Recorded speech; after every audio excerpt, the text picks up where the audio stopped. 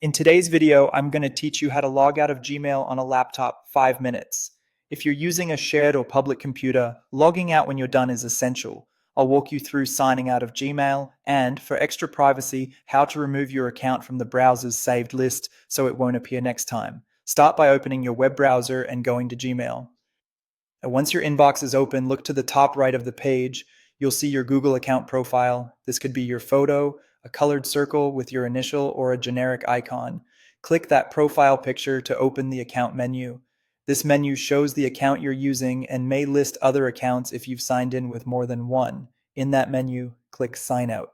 Gmail will start the sign out process and take you to a Google confirmation page. On that page, click Continue.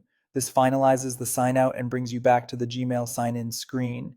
At this point, you're logged out of Gmail in this browser. If you want to make sure your account isn't left on the list for future users, remove it from the browser's saved accounts.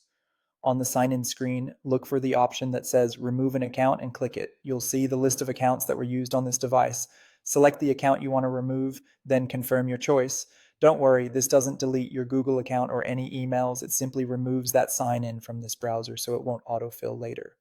A few helpful notes as you go. If you use multiple Google accounts, you may need to repeat the sign out and removal steps for each one.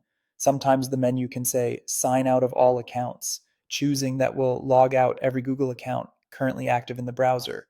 After signing out, any open Gmail tabs might show a sign in prompt. That's normal, and you can close those tabs or sign back in when you're ready.